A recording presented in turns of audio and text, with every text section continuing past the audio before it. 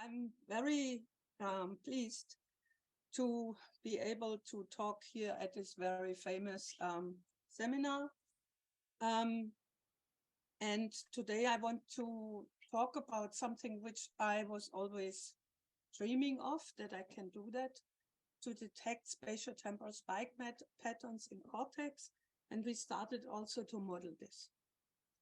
So this work is partly published in a number of papers, on bioRxiv. Part of it is published in eNeuron and in Neuron, and the main part will still have to be published. So, as you all may know, natural behavior is dynamic and fast. For example, if you consider free viewing, a sequence of circadian fixation is 250 milliseconds.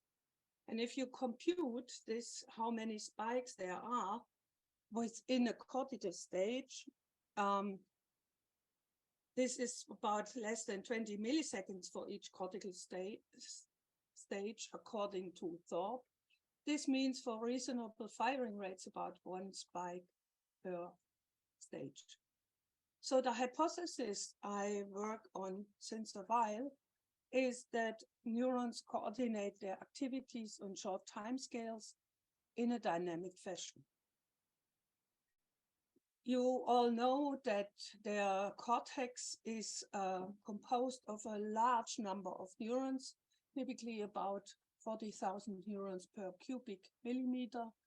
And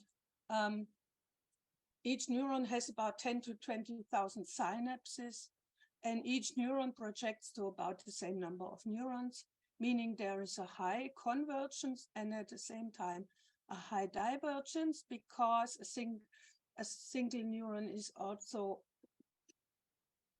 is receiving so many inputs, but also projecting to so many neurons. And this speaks for network processing.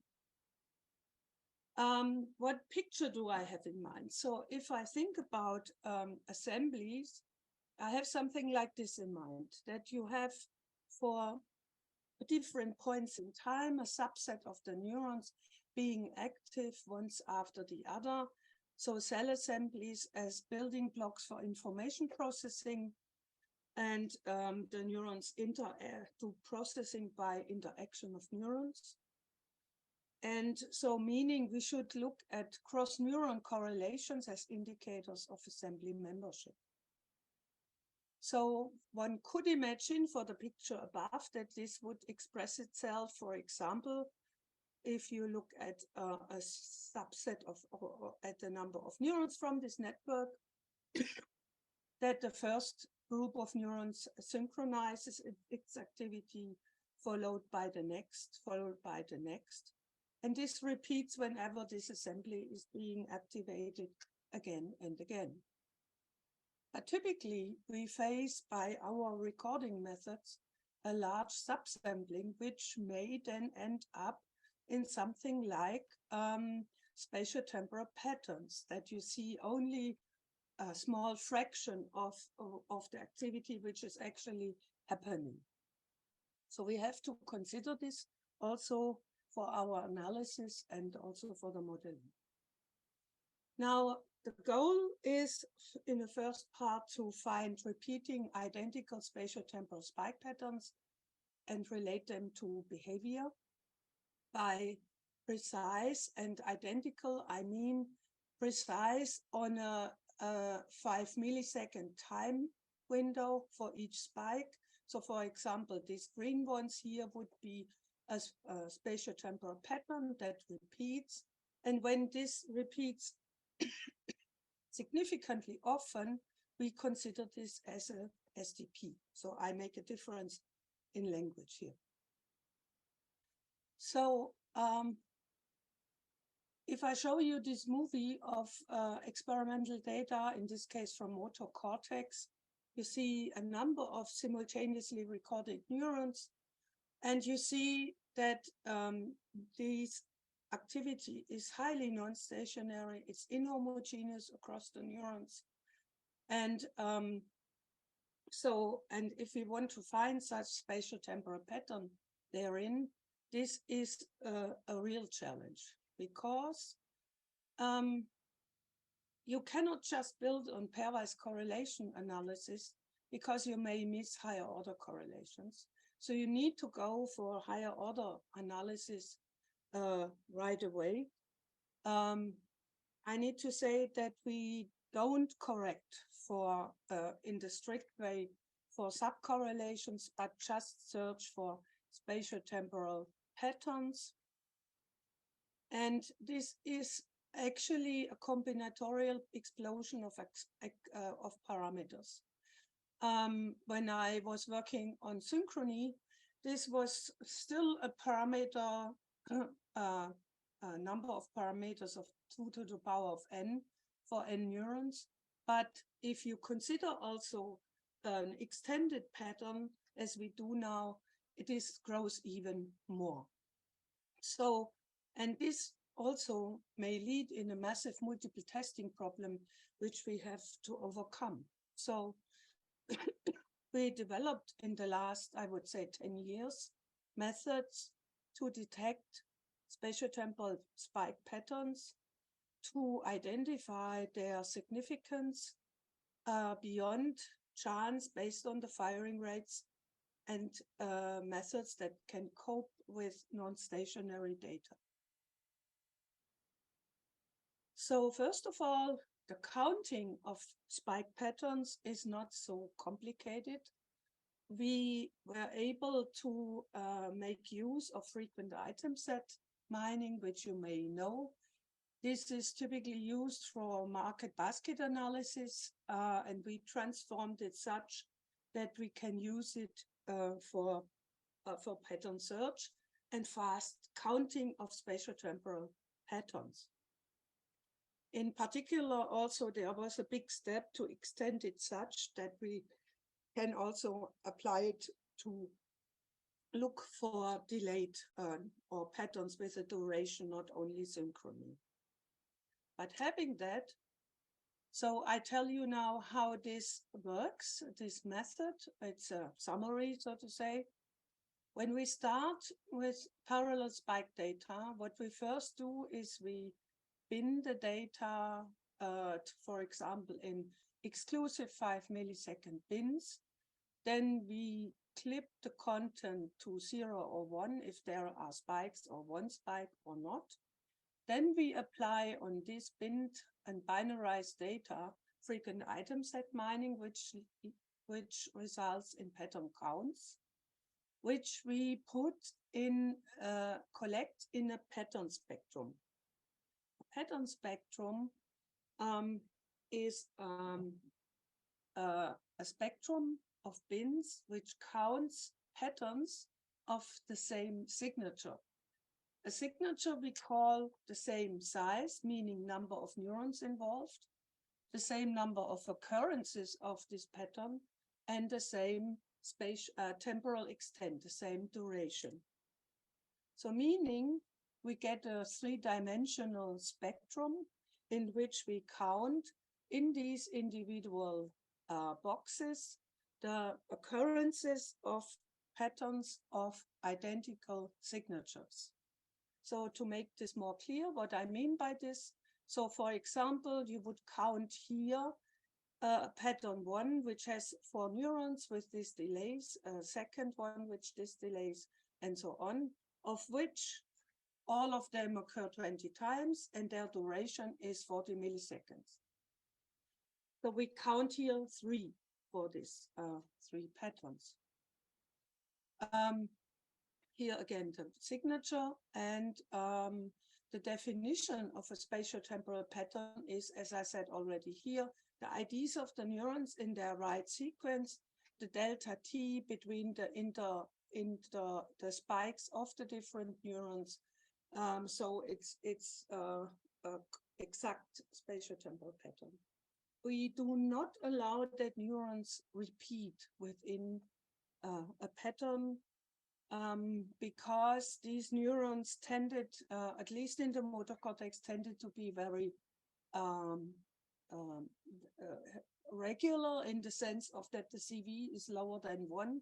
So we circumvented this problem by not allowing auto patterns, so to say. Now, how to do the significance evaluation? Well, this is now the second part of this workflow, where we first of all destroy correlation by application, by generation of surrogate data. I will come back to this in a second. Surrogate data are generated from the experimental data by modifying them, and thus by intentionally destroying their timing, so to say, but keeping more or less the firing rate constant. And then we do the same analysis on the surrogate data in the very same way, as you can see here, yeah, binning, clipping, frequent item set mining, pattern counts, and by this build up the p-value spectrum, which will then be compared with the pattern spectrum of the experimental data and allows for a significant test for each signature. And finally, we make an additional reduction of chance patterns which occur with background spikes. And finally, we have significant spatio-temporal patterns. As I just said, the problem we faced in this motor cortex data was that they had relatively regularly spike. And in that case, uniform dithering, as you may know it, that you touch each individual spike, and this torted a little bit, plus minus 15 milliseconds or so. This led into a spike loss in the combination with binning.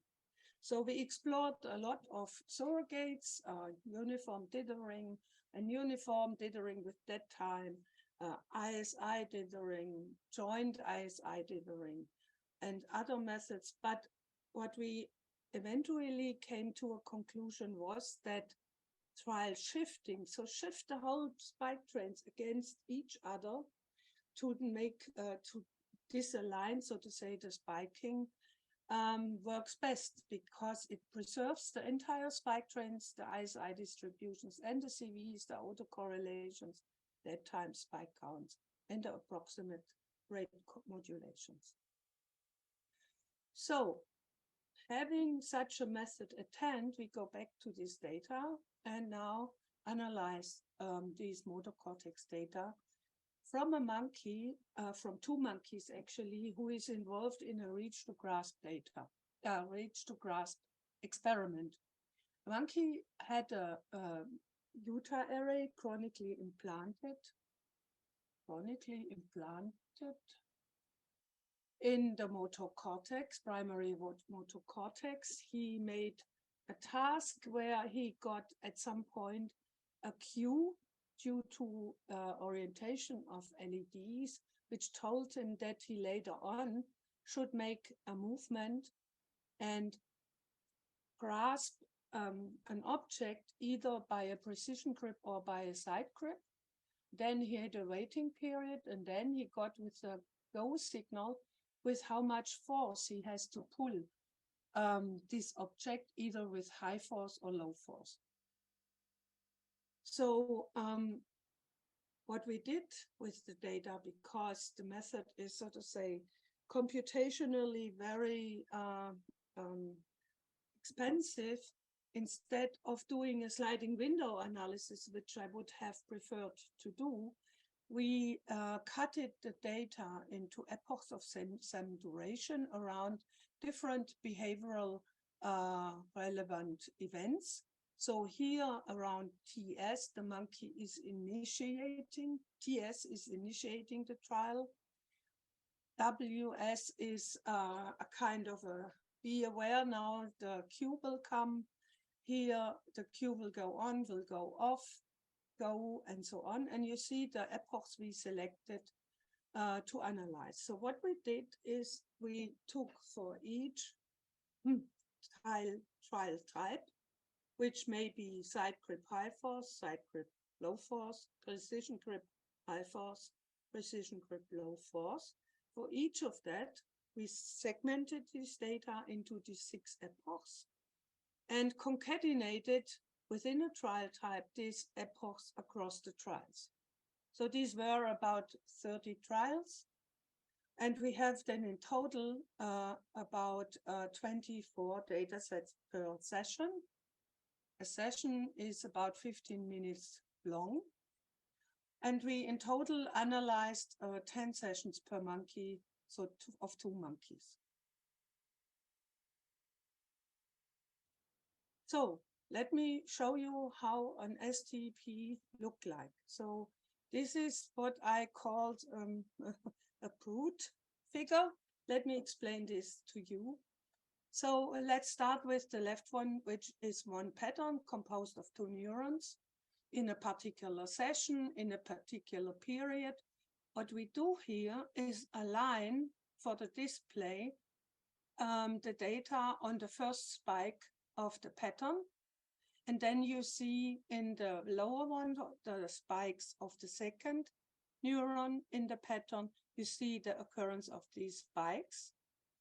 And in the background, you see different colors which indicate the following trials, such that you can see here in the lower part, for example, that about 3 trials contain this pattern, then maybe 1, then maybe more, again a few trials, and so on.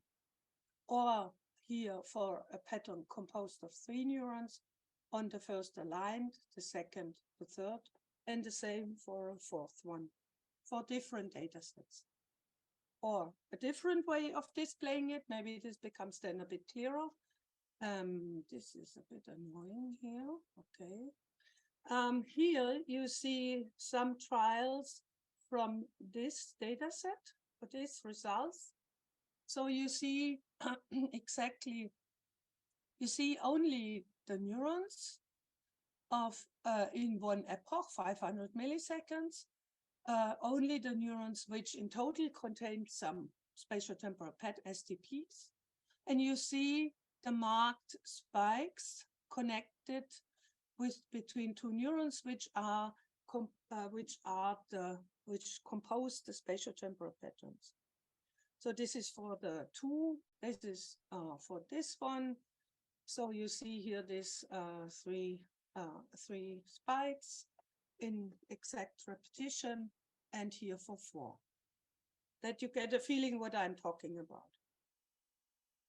Now, some statistics of this STP, of the STPs, how they occur across sessions. So here you see the session IDs from one monkey, the other monkey, and summed when these patterns occur and in which trial type.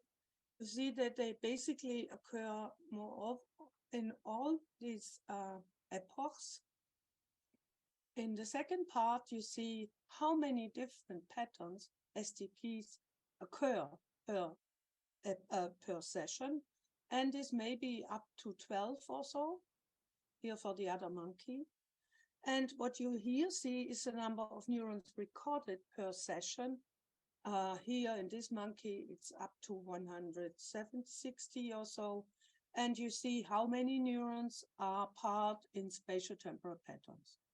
So not so many, about 5 to 10% of the neurons. Yet another statistics, which is about the sizes of the patterns. So averaged over monkey N on monkey L in 10 sessions, you see that typically mostly STPs occur composed of 2 neurons, less of 3, 4, 5, and so on. This holds for both monkeys. The legs within these patterns may range from 0 to 60 milliseconds, because this is what we allowed in the analysis.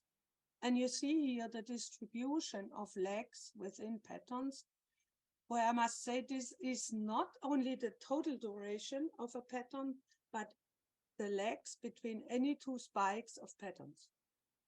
And you see they are within these different pattern sizes may occur. So it's not specific to high pattern sizes or so, but they may occur at different legs. Another display here is the number of occurrences of patterns. Here you see they may occur up to more than 240 times. And this typically happens for patterns, STPs of 2 neurons, and only shorter ones occur not so often, which is kind of clear. So how are these STP neurons distributed in cortical space? So what you see here is for each session. So for example, this is for one monkey, and this is for the other monkey. As I said, the UTA array is chronically implanted. It stays in place for a long period. And we mark here the electrodes which record neurons which are then part of STPs. So meaning, and the radius of this circle shows you whether there are more than one neuron recorded from this electrode. And if you now follow across sessions, which are on different days, you can see here the date, the 13th of June 2014, the 16th of June 2014, and so on. You can see that this composition, this spatial composition from which electrodes or equivalently cortical space, these STP neurons are recorded from. So you see that there is no clustering in cortex, so to say, for these patterns. They are typically also changing positions from one session to the next. And this holds also for both monkeys. Another way of displaying the results is the following. Whether there is, here you see the two plots, scatter plots, which show the pattern in the spike legs in relation to the distance where they were recorded from. And interestingly, which surprised us a bit, is that there is no correlation whatsoever. There is no relation between the interspike duration to the distance on cortex. We will come back to this, how this may be, why this may be. Now, another interesting finding is the following. This is again each session, and you see here a kind of a Venn diagram of neurons participating in different patterns. So let's say here, one color is a pattern, and each of these circles indicates a neuron. And what you can see is that individual neurons, like this here, for example, participates in 3 spatio-temporal patterns. Or this here in many, or this here in many, or this here. So this is a feature that individual neurons participate in different spatio-temporal, significant spatio-temporal patterns. And as you can see, this holds for both monkeys as well. In other words, neurons have a certain multiplicity. They have the number of STPs a neuron is involved in, we call multiplicity. And here you see the distribution for the one monkey and the other. This is basically a statistics of in how many patterns an individual neuron participates in. And you see this may go up to 8 here, or here up to 9. Which is impressive, I must say. I didn't expect this at all. Now let me show you some individual STPs as they occur in individual epochs. And I have here an arrow which shows you in which trial we are in the moment, in which trial type, and in which epoch. Because what you will see is, I will show you one epoch after the other from the same trial type, and you will probably notice that as soon as the behavioral condition changes, also the pattern changes. Let me show this to you. So I hope you understand the plot. Different neurons as a function of time, of the duration of the epoch, and the momentary neurons which are involved at exactly that time in this spatio-temporal, significant spatio-temporal pattern are connected.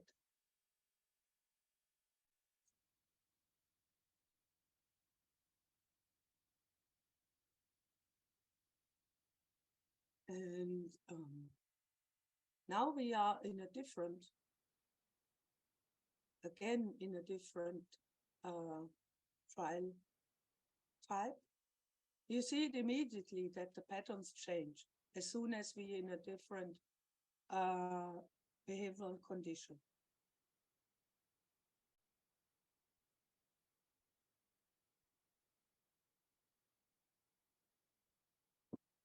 Okay, but we also wanted to quantify that. No, wasn't. Oops. Quantify this and define the specificity to behavioral context. So we define PI, a set of STPs in the ith behavioral context, and a specificity SI, the fraction of STPs in set PI that are not present in any other set PJ.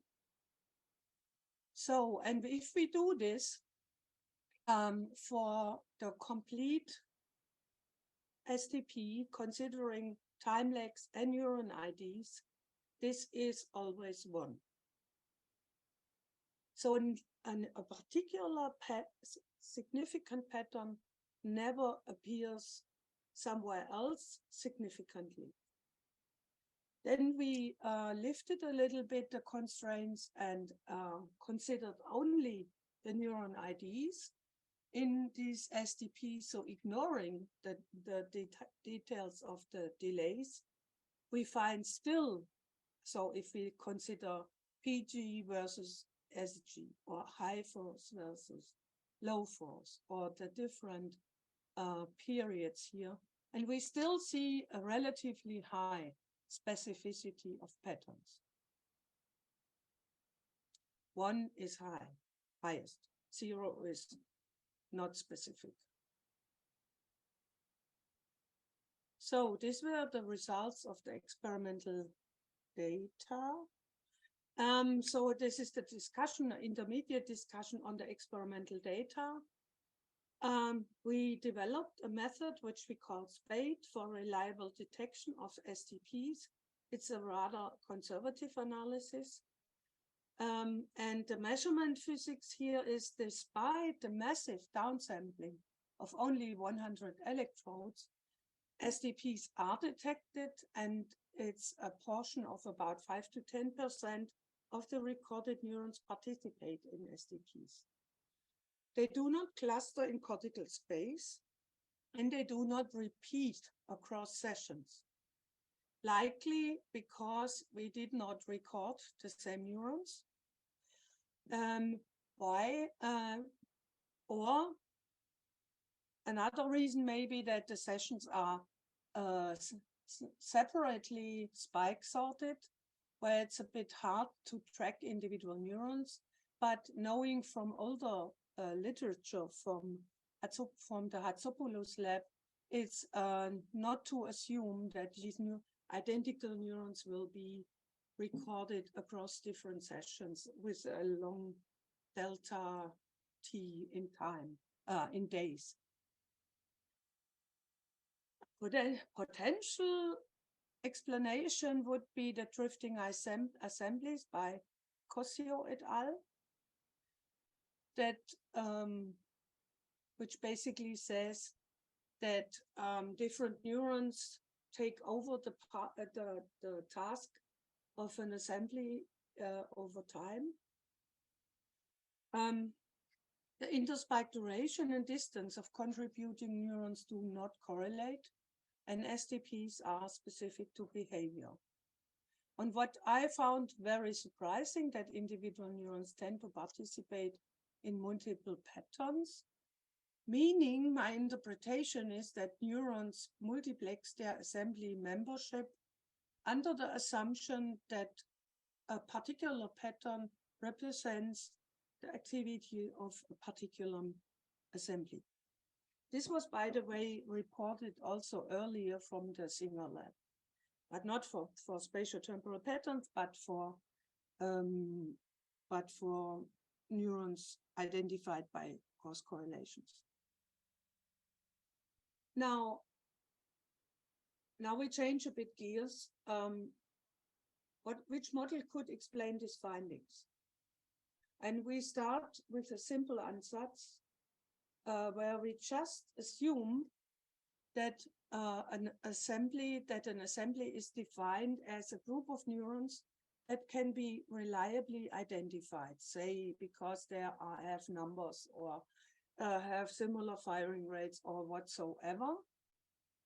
And we ask the questions, how reliably can such cell assemblies be detected by such multi-electrode recording setups with this massive subsampling, in particular with this Utah array of 10 by 10 electrodes spanning a large space. And what are the statistical signatures of the detected cell assemblies? So the ANSATZ here is, this is work by Tom Tetzlaff, that we just embed assemblies homogeneously in an area which is actually which I tried to mimic here by these gray dots. This is one assembly, for example, which I just distribute on CORTEX homogeneously and consider a depth. They are distributed across a depth of 1 millimeter. And we do the same recordings as we said before. We assume layer 2, 3, because presumably the electrodes are in this depth. There we have a neural density of 35,000 neurons per cubic millimeter. And we know from experiments that we typically have record about 1.1 single units per electrode. This is relevant later, or in other words, the detectability of the neurons in the sphere of a radius of about 50 micrometers around the electrodes. We ignore here the dynamics. So here is the assumption again for the volume, for the cell assembly. In total, n detectable neurons contains 8 A assemblies of size M.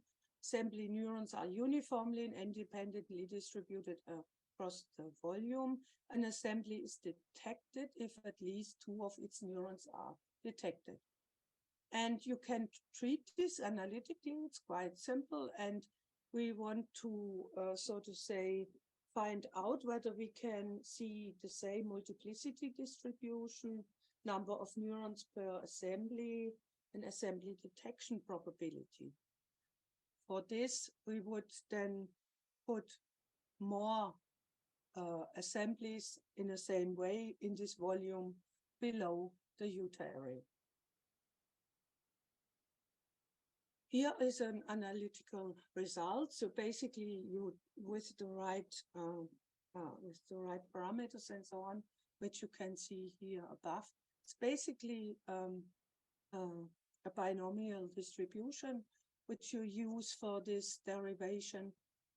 You can find here the number K of observed neurons from the assembly for parameters like when you embed only one assembly with 500 neurons, and you see here that this corresponds very well to the experimental data. So how many neurons are, so to say, recorded from embedded assemblies, or now here the membership multiplicity, so number of different assemblies given a neuron participates in.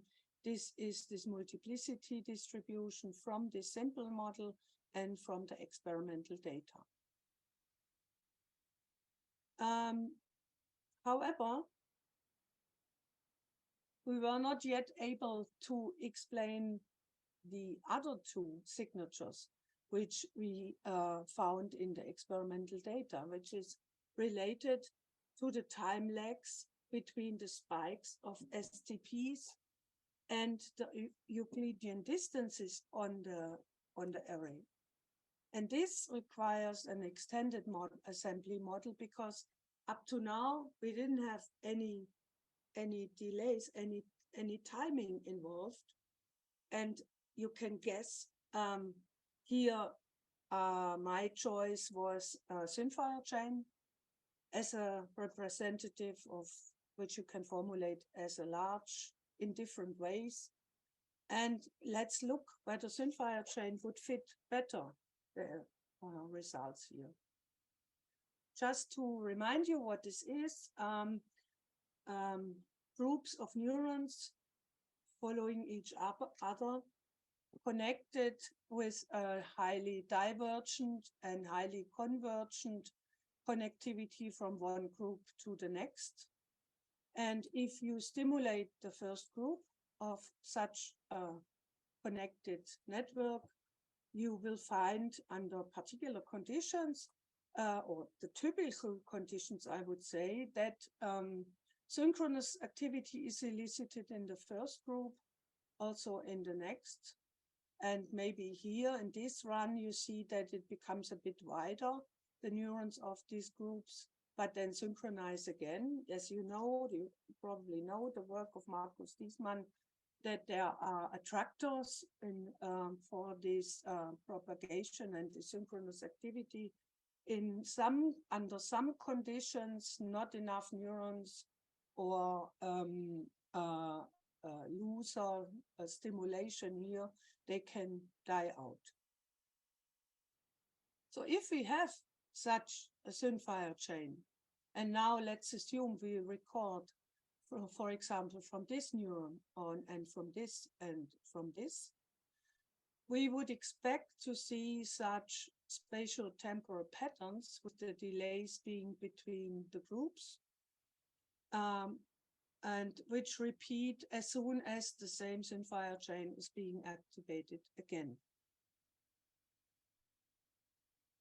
Now, how was this done? So we again embed now neurons in a cortical model, same density.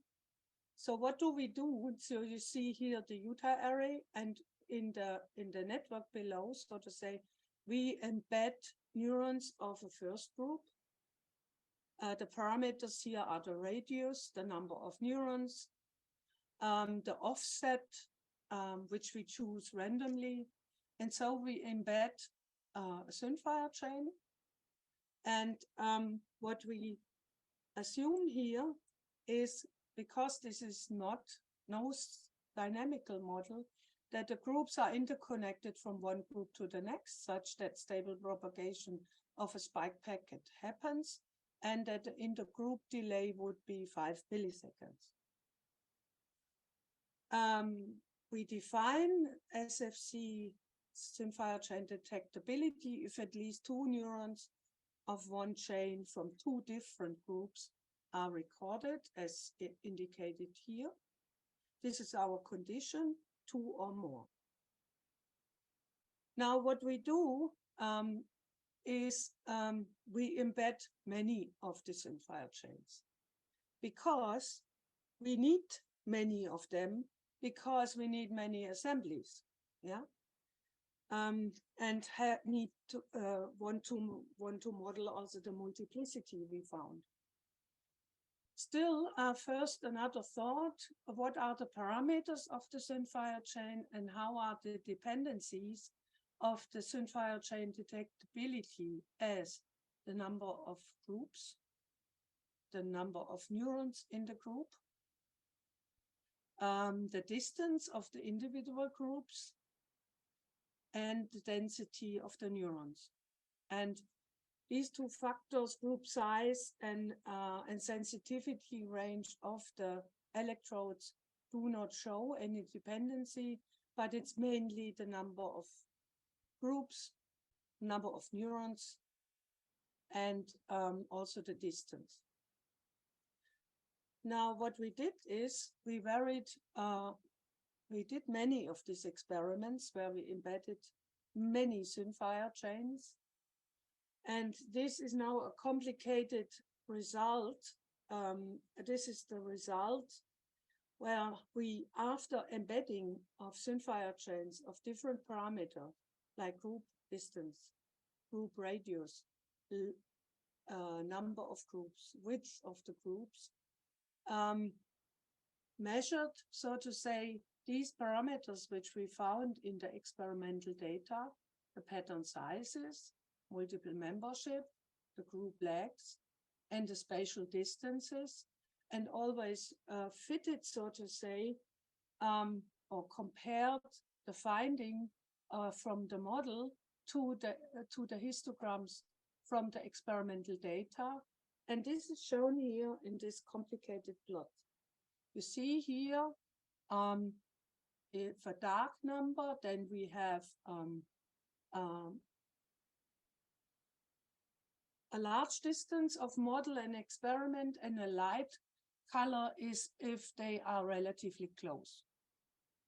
And the parameter set, which explains or is very close to the experimental data, is this: for 24 groups, for 1,300 neurons per group, for a radius of the groups of 2,100 micrometers, and a group distance offset for 500 micrometers. Now, to visualize this, because in comparison to how we started out, it's not what we had in mind, these small groups which propagate, but rather what is happening is that we have relatively large groups of the SYNFIRE chain. This is one group, the next, and the next, which propagates in a certain direction, yeah? But this is what comes out, so to say, of the constraints, of the delays, and of the interspike, the distances of the neurons. And it's quite funny that this comes pretty close, so to say, to the first assumptions, where one of these was one assembly, but now the result is basically that we need the whole sequence to explain the spatio-temporal pattern. As an outcome of this, we do now the comparison again of this relation between interspike legs of patterns of the neurons, of the spikes of a pattern and the distance on cortex. You saw this before, which did not show any correlation basically. And this is the result from the model.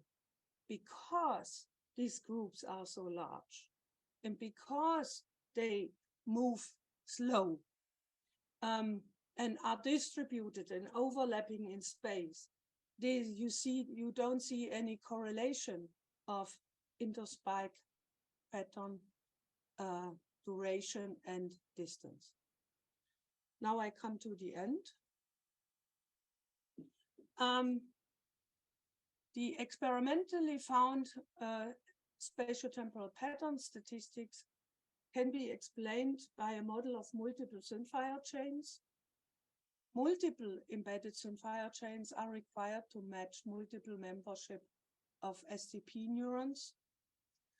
And this still, although a subsampling of 110 out of 840,000 neurons in the recording volume still allows to observe such STPs. We found an optimal fit, wide and long SFCs with many neurons per group. And yes, you are right. I'm also eager to see the dynamical model. We still need to see whether if we embed these SYNFIRE chains in such a model with all its dynamics, whether this is stable at all. But we have, there is work by Trengov et al. From 2016, who simulated a spiking neuronal network, also with NEST, of 51,000 SFC groups, and each neuron was part in 70 chains. And this led to, he was able to stabilize this and was a stable simulation. In our case, we have 840 neurons in 5 to 30 SFC groups. And I assume that that a polychronous network would also serve as a solution, but this still needs to be tested. And I want to mention the SPADE code is available in our Elephant toolbox, Elephant in Python, open source for the analysis of parallel data, electrophysiological data. And I want to thank the people who were mostly involved. So Alexa Riele and Thomas Brochet did experiments in Marseille. And Alessandra Stella, Peter Boos, and Günter Palm were involved in the SPADE analysis and the formulation of the SPADE analysis. And David Berling and Alexander Klein-Johann were also involved in the modeling. So I thank you very much, and I'm looking forward to your questions.